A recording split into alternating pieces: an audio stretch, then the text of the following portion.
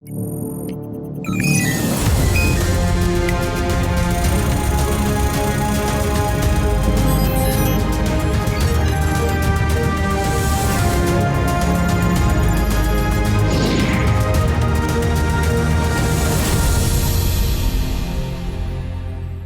and a very warm welcome to Science Monitor, your weekly update on what's happening in the field of science, technology, research and innovation in and around the country. I'm Aishwarya Kapoor with you. From the launch of Vidyarthi Vigyan Manthan 2020-21 to the observance of National Bone and Joint Day to educate people about the right practices to maintain good mobility, we have lots in store for you. So let us begin with the headlines. Vidyarthi Vigyan Manthan 2020-21 launched unique science talent search conducted by Vigyan Bharati in collaboration with Vigyan Prasar and NCERT. Indian Orthopedic Association observes National Bone and Joint Day to educate people about the right practices to maintain good bone and joint health. IIT Kanpur develops innovative seed balls to resume plantation in the country. Many trees can be planted without risking lives by social gathering. And Arctic sea ice may disappear by 2050. Research by National Polar and Marine Research Centre, Goa, reveals many startling figures. Vidyarthi Vigyan Manthan is the country's biggest science talent search and aims to encourage innate scientific acumen of the school students. This program was started by Vibha a few years back for the students of 6th to 11th grade, and in a short span of time it has gained popularity among the students. The program is organized in collaboration with the NCERT and Vigyan Prasar, an autonomous organization under the Department of Science and Technology. Here is a report on its 2020-21 launch.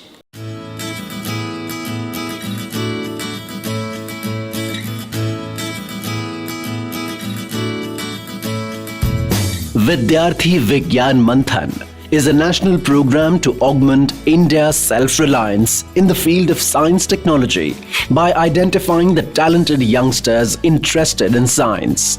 On 1st August, in a webinar held in Delhi, Union Minister for Science and Technology, Earth Sciences and Health and Family Welfare Dr. Harshvardhan launched the Vidyarthi Vigyan Manthan 2021 in the presence of Mr. Jayant Sahasrabuddhe, National Organizing Secretary of Vigyan Bharati. The online function was attended by Professor Ashutosh Sharma, Secretary, Department of Science and Technology, Dr. Shekhar C. Mande, Director General of Council of Scientific and Industrial Research, Dr. Nakul Parashar, Director Vigyan Prasar, Dr. Arvind Ranade, National Convener VVM, along with the officials of CBSE and Jawahar Navodaya Vidyalaya. पिछले 3 साल में विद्यार्थी विज्ञान मंथन का कार्यक्रम 10 लाख बच्चों तक पहुंच चुका है। मैं विज्ञान भारती और विज्ञान प्रसार को, अपने डिपार्टमेंट के सभी संबंधित साथियों को ये नए तरीके से बच्चों के अंदर प्रतिभा को विकसित करने का जो आपने प्रकल्प प्रारंभ किया है, ये अपने आप में बहुत ही प्रेरणा देने वाला है। Vidyarthi Vigyan Manthan is an initiative to popularize science among school students of class 6th to 11th, designed to identify and promote the scientific acumen among the students. The program is organized every year by Vigyan Bharati or Vibha in collaboration with National Council of Educational Research and Training NCERT and Vigyan Prasar, an autonomous organization of the Department of Science and Technology. Under this program, an open book examination is conducted across the country, and the students who clear the exam are provided hands-on training through workshops and other activities, first at the state level and then at the national level camp. आपने कहा है कि open book exam ये बहुत अच्छा एक प्रयास है, एक बहुत नया है। उसके अंदर निस्संदेह ज़्यादातर एग्जाम ओपन बुक ही होने चाहिए, जिससे कि हमारी प्रॉब्लम सॉल्विंग एबिलिटी को बढ़ावा मिले। न केवल जो लिखा हुआ है, जो हमने मेमोराइज कर लिया बुक से, वो भी अच्छा है, लेकिन उसके अलावा कैसे हम प्रॉब्लम सॉल्विंग को महत्व दे सकते हैं, वो ओपन बुक द्वारा ही संभव है। He's trying to inculcate scientific thinking and telling stories about science and promoting rational thinking among these young kids. And there's no doubt that through activities such as this, that the students themselves will feel motivated, but along with them, everyone, the entire ecosystem will feel motivated to march ahead. I congratulate all the Vidyarthi Vigyan Manthan team. To participate in this national level program, interested schools and students can access more information by visiting the program's website and can register themselves. Students winning at various levels of this competition are also awarded with certificates, souvenirs and cash prizes. It is a common understanding that our joint and bone health will deteriorate with the increasing age. But the current trend shows that even the younger people are suffering from such problems. And alarmingly, joint replacements are being done at a young age. Whereas, according to experts, such invasive procedures can be avoided by following some simple tips. Therefore, to educate people about the right practices and therapies, National Bone and Joint Day is celebrated every year on 4th of August. Here is a report to help you maintain good bone and joint health.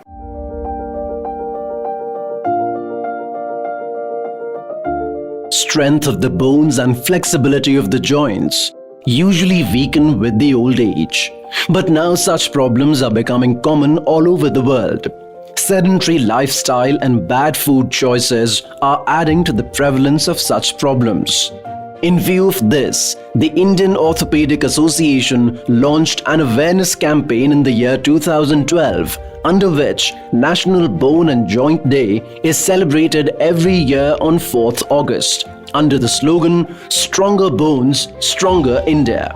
This year too, webinars were organized across the country under the theme of prevention of deformity in degenerative disease, and orthopedic experts kept their views on the topic.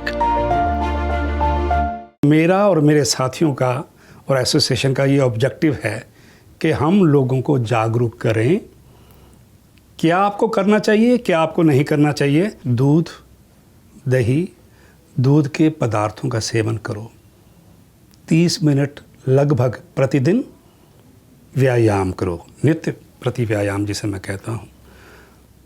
और इस देश में तो 12 महीने धूप रहती है, धूप का आनंद लो। जो भी आवश्यक विटामिन्स जैसे विटामिन डी हैं हमारे स्किन से कन्वर्ट होकर जो अर्गस्टोल मटेरियल है एक्टिव फॉर्म में चला जाएगा और हमारी हड्डियों में मजबूती आएगी, क्योंकि इसी विटामिन से, यही विटामिन भोजन से कैल्शियम इंटेस्टाइन से अब्जॉर्ब करके बोन्स में ले जाता है। The purpose of National Bone and Joint Day is not only to make people aware of the bone problems, but also to motivate them to adopt easy but proven biological solutions. According to the doctors, many a time people tend to self-medicate and as a result, deform their bones and joints permanently. परंतु मैं यह आह्वान करना चाहता हूँ, मैं एक warning देना चाहता हूँ, मैं एक अलार्म देना चाहता हूँ अपने एक्सपीरियंस से कि यदि आपकी कोहनी पर चोट लगती है तो भूल कर भी उसकी मालिश ना करें। नई हड्डी बन जाती है आपके मसाज से और एल्बो स्टिफ हो सकती है। मैं आपको बहुत सारे केसेस दिखा सकता हूँ, वीडियोस दिखा सकता हूँ। मसाज आप कहीं कर लें लेकिन एल्बो को मसाज नहीं करें, ये स्टिफ हो जाएगी और ऑपरेशन करने के बाद भी कभी नॉर्मल नहीं होगी। According to the experts, sedentary or inactive lifestyle and below average diet lacking essential minerals weakens the bones quickly. At the same time, taking a variety of supplements for bodybuilding can also prove fatal, especially for the hip joint. मैं young लोगों के भविष्य को देख के बहुत चिंतित हूँ जो जिम में जाते हैं। पता नहीं कहाँ से इनको स्टीरॉयड मिलते हैं, पाउडर मिलता है, और इससे हड्डी गल जाती है कूले की, जिसे हम कहते हैं ए वास्कुलर नेक्रोसिस। ये सोचते हैं कि हमारे मसल्स बल्की हो जाएं, ताकत आ जाए, मजबूत आ जाए। नहीं, तो वाटर रिटेंशन होती है, आर्टिफिशियल बल्क दिखता है, और इसका एडवर्स इफेक्ट होता है शरीर के अंगों पर, जिसमें कूला एक विशिष्ट खास तौर पे मैं बता रहा हूँ इफेक्ट होता है। कूले में पेन शुरू हो जाती है, और फिर यही लोग जा करके जॉइंट रिप्लेसमेंट करवाते हैं। Doctors also advise against unnecessary invasive procedures like joint replacement. According to them, such procedures should be the last resort as they are not an effective solution and can lead to many problems. Young age में joint replace नहीं होना चाहिए। मैं आपको पूरी ईमानदारी से कह रहा हूँ, unless the condition is like that which is indicative कि हमें इसका जॉइंट रिप्लेस करना चाहिए यंग एज में, और एक्टिवली एडल्ट्स में भी, और एक्टिवली मैं तो कहूँगा एल्डरली में भी, चाहे वो 65 साल का है, पहला प्रयत्न होना चाहिए कि उसकी हड्डी जोड़ी जाए। अगर हमने एक पेशेंट का 20 साल की आयु में हिप रिप्लेस कर दिया, तो पहला हिप 15 साल का चला, वो 35 साल का हुआ, दूसरा हिप डाला, वो 45 तक चला, तो कितने हिप रिप्लेस करोगे? So joint replacement, hip replacement destroys bone. Biological procedures, they heal the fracture, they create bone, and you can have your normal day-to-day activity. According to the Indian Orthopedic Association, our body has a natural ability to heal and join bones. Therefore, we should augment this ability by adopting balanced diet, daily exercise like walking, and by avoiding unnecessary stress on the bones. Same is true for the joint and muscle health. We should try to preserve the flexibility of our joints by adopting healthy practices so that we can remain mobile till the last step of our life.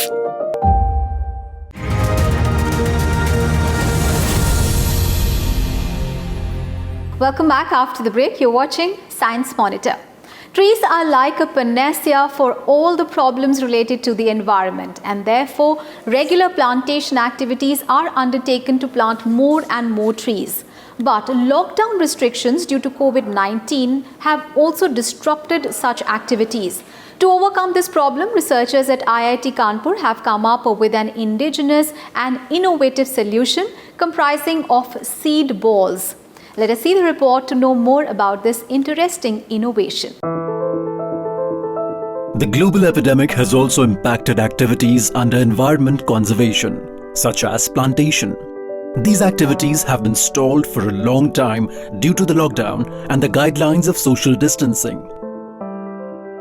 Recognizing this problem, researchers at Imagineering Laboratory of Indian Institute of Technology Kanpur have developed a new method of plantation. Researchers have designed indigenous seed balls to plant the seeds without the need of digging and planting. When there is a lot of issues and social distancing has to be maintained, so plantation becomes a big issue, and regularly if plantation does not happen, so that leads to a large time repercussion. So we thought of developing a seed ball. So we gave a name called as BEEG. We chose native seeds such that the biodiversity is not disturbed. We chose the native seeds and then we made balls. And interestingly here, when we made these balls, we involved the gardener and all the other daily wage workers, so that this gives them a new avenue for earning as well as a new knowledge to enrich their skills. The initiative to develop biocompost enriched eco-friendly globule was guided by Professor J. Ramkumar. The team collaborated with Agnes Waste Management Private Limited, a startup at IIT Kanpur, to develop the seed balls comprising of indigenous variety of seeds, compost and clay. One just needs to throw these seed balls in an open area and the seeds germinate when they come in contact with water. During monsoons, these balls can help in planting a large number of trees without using traditional resources. The startup company is now planning to manufacture seed balls on a large scale to ease plantation activity in the country. we as a startup has helped in making the composition in such a way that the seed balls can be independent in itself. It has the liquid compost enriched in that, so it has all the necessary nutrients which are required for the seeds to grow and the plants to further enhance and become a tree. And we as a startup are aiming to market it further through our website and through other channels which will be shared later, and aiming that if it grows in a large scale, we will come up with further machines to make these seed balls in abundance. This initiative has also engaged unemployed workers and gardeners who were jobless due to the COVID-19 lockdown. Moreover, such standardization can prove to be very helpful in environment conservation. Even after the end of the pandemic, plantations in inaccessible areas will become very easy and low cost with these seed balls. The advent of satellite technology has brought revolutionary changes in our lives. Today, with the help of remote sensing, we can access any kind of data about the remotest place on the earth without even moving a step. Now, with the help of such advanced technology, NCPOR Goa has revealed some startling figures about the melting of Arctic sea ice in the last 40 years. And according to the researchers, these figures should be a concern for the whole world, as the Arctic sea ice is a sensitive indicator of climate change and has a strong retaliatory effects on other components of the climate system. Let's have a look at the report to know more. Sea ice is frozen seawater that forms, expands and melts in the ocean. It is found mainly in the polar regions such as the Arctic and plays an important role in maintaining the Earth's energy balance. When the sea ice expands, the bright surface of sea ice reflects a lot of sunlight back into the space and the temperature remains cool. Alternatively, when it melts, a lot of sunlight is absorbed by the ocean, leading to warmer temperatures. The change happening in this region affect the overall climate of the Earth. And similarly, any factor affecting the overall climate of the Earth affects the sea ice in this region. A study done by the National Center of Polar and Ocean Research, NCPOR Goa, has described how sea ice has receded over the past 40 years and how it's linked to global atmospheric processes. According to the study, peak Arctic melting season happened in July 2018. At this time, the Arctic lost sea ice at a rate of around 105,500 square kilometers per day, which is roughly larger than the size of Iceland. According to the study, over the past 4 decades, September sea ice loss has accelerated to a rate of 12.8% per decade and 82,300 square kilometers per year. According to scientists, if the decline of sea ice continues to accelerate at this rate, then the Arctic is likely to be free of ice within the next 3 decades. Our recent studies on Arctic sea ice decline in summer, especially during month of July to September, were carried out using the remote sensing and model analysis technique. It is well known fact that Arctic sea ice is grow in winter and retreats in summer with respect to changes in the amount of solar insolation. In the recent year, the process of freezing and melting of sea ice has been largely influenced, especially due to rising temperature. In our recent finding, we have observed that Arctic sea ice is declining at the alarming rate in the last 4 decades, and the massive reduction of sea ice during the summer, especially during the September, we have observed it is about 13% per decade. For this study, the researchers used satellite technology to measure the sea ice's decline in terms of thickness, concentration and volume, as well as its visibility. The decline of sea ice has led to localized evaporation, air humidity, cloud cover and increased rainfall.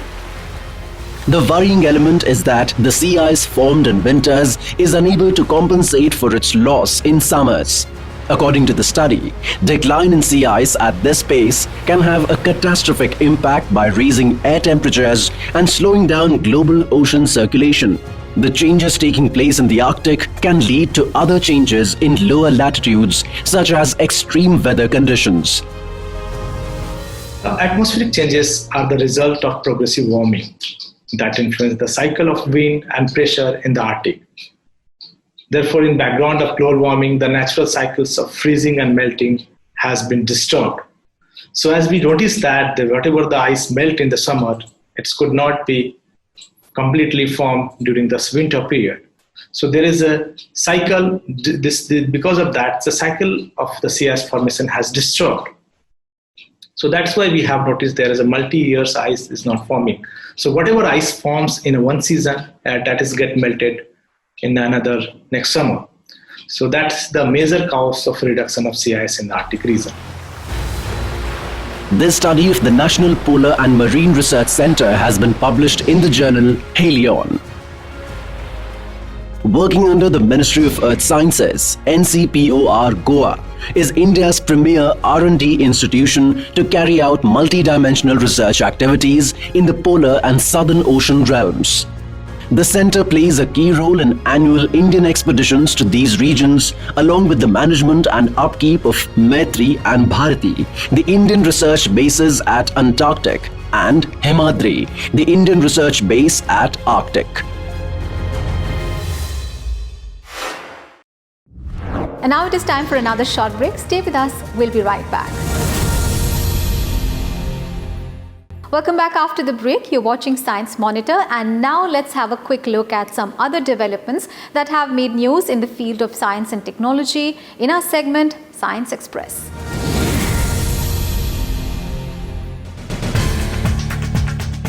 On 2nd August, SpaceX's Crew Dragon Endeavour spacecraft returned to Earth safely, carrying NASA astronauts Robert Bunkin and Douglas Hurley. The astronauts splashed down safely in the Gulf of Mexico, after which the pre-deployed recovery vessel took the two astronauts safely out of the capsule. It was the first splashdown by US astronauts after 45 years. The last one being the splashdown of Apollo-Soyuz in 1975. With the success, SpaceX has become the first private company to complete a crewed space mission. The Dragon capsule was flown to the International Space Station from NASA's Kennedy Space Center in late May. It was launched with the help of Falcon 9 rocket. This was the first launch and landing of American astronauts from America after a gap of 9 years, as NASA was sending its astronauts from Russia since 2011. With the success of this mission, the successful operation of commercial flights between Earth to space and space to Earth has also been confirmed. Researchers at the Institute of Nanoscience and Technology INST Mohali, an autonomous institute under the Department of Science and Technology, have developed a simple, low-cost and non-invasive method to prevent cataract. The team of researchers have developed nanorods from aspirin, the commonly used drug to reduce pain, fever or inflammation. Researchers found it to be an effective, non-invasive, small molecule-based nanotherapeutics against the cataract. Aspirin nanorods prevent the aggregation of crystalline proteins and various peptides derived from their fragmentation, which plays a crucial role in cataract formation and reducing the transparency of the lens. The delivery of the aspirin nanorods as eye drops can be an effective and viable option to treat cataract and can help millions of patients who cannot afford expensive treatments or surgery. This research by INST has been published in the journal Materials Chemistry B.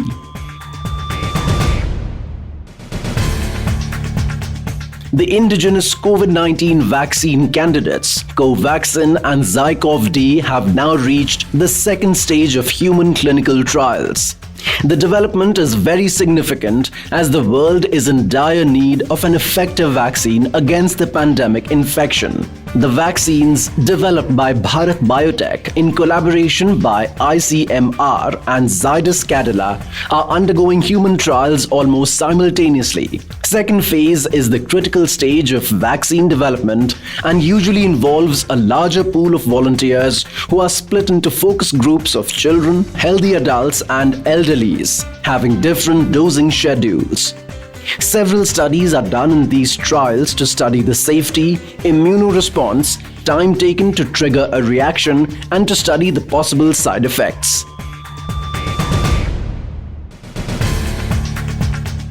About 100 doctors from across India have written a letter to Union Minister of Health and Family Welfare, Dr. Harshvardhan, recommending stricter meat industry regulations to avoid a new pandemic in the future. The doctors are a part of WHO's One Health initiative and demanded to ban the slaughterhouses that do not comply with the guidelines of the Food Safety and Standards Authority of India and the norms under the Prevention of Cruelty to Animals. The recommendations and demands in the letter are very relevant as COVID-19 is also believed to have originated from a wet market in Wuhan. The doctors also cited a number of studies that showed that the banning of live poultry storage reduced the spread of avian influenza virus considerably. Therefore, a permanent ban imposed on such markets will help in the prevention of such zoonotic diseases. And that is all in today's edition of Science Monitor. Do tell us how do you like our program. You can send your feedback and suggestions through email. Our email ID is news@vigyanprasar.gov.in. You can also write into us at Vigyan Prasar, 5th floor, Prithvi Bhavan, Lodhi Road, New Delhi, 110003. So we'll meet you again next week with new informations and developments. Till then, stay tuned to Rajya Sabha TV. Stay home, stay safe and think scientifically. Bye for now.